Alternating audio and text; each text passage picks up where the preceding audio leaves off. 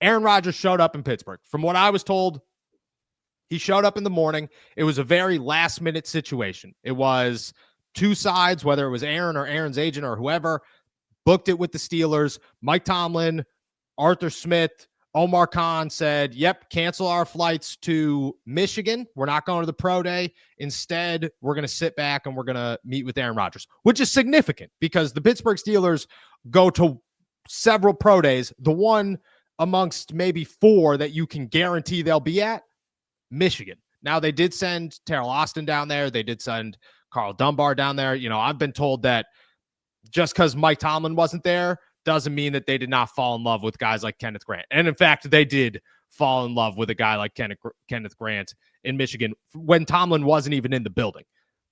Tomlin and Omar and everybody sits back. They meet with Aaron Rodgers. Meeting lasted approximately 6 hours. Aaron Rodgers left. There were no negotiations that were had. There was no money talked. This was simply meet Mike Tomlin, meet Aaron Rodgers, meet Arthur Smith. This is what we would like to talk about. Let's lay expectations for now and the future, which I think is very important for both sides to discuss. Hey, this is where we see you in 2025. This is also where we see you in 2026, whether it's on this team or not. I don't know. I wasn't in the room.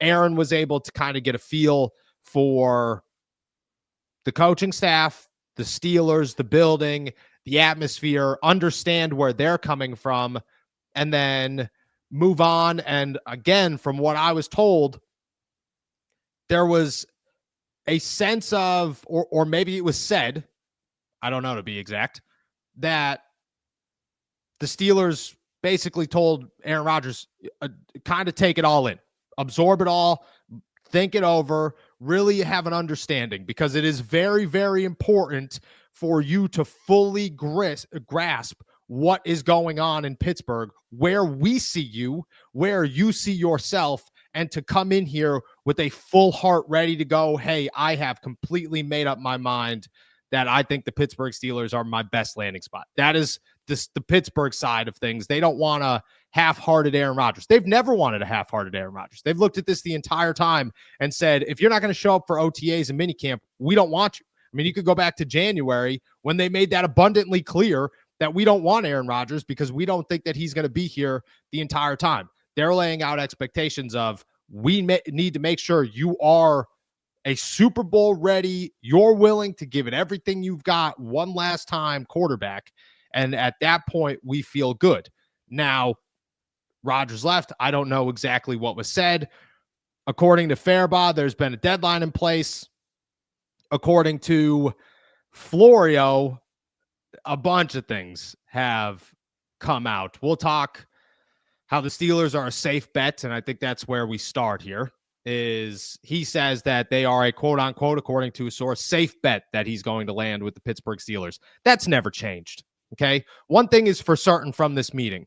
The Steelers did not go in there and change their offer. Aaron Rodgers didn't ask for a changed offer. Aaron Rodgers went in there to meet the Pittsburgh Steelers, and the Pittsburgh Steelers brought Aaron Rodgers in to meet with them. And that was it. It was a get-to-know-you meeting. We need to have a mutual understanding of where we stand.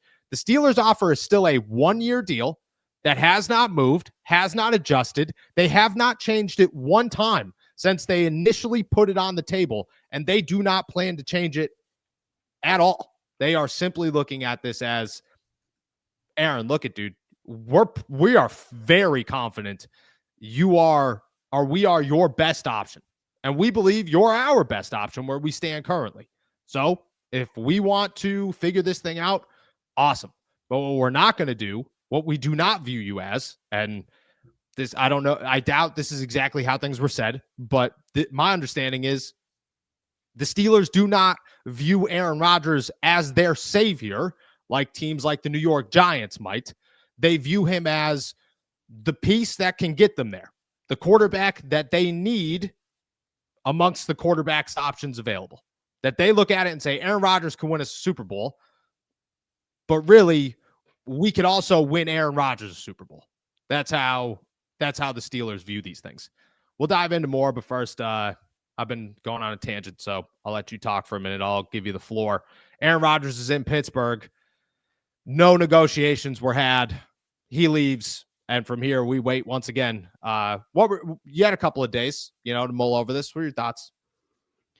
Yeah, the last thing that you said there is probably the thing that makes the most sense to me is that it's not going to be might be a little harsh, but it's not going to be a parasitic relationship, which is what it felt like the Jets and Aaron Rodgers was. Is Yeah. Rodgers came in and the Jets looked at him and said, "Listen, be our savior. Be the guy that turns everything around for us. Be the guy that takes us from a laughing stock that goes from quarterback to quarterback to quarterback to a team that has one of the best quarterbacks in the league." And it didn't work out. The injury was a big part of it. And I think even last year that played a role there.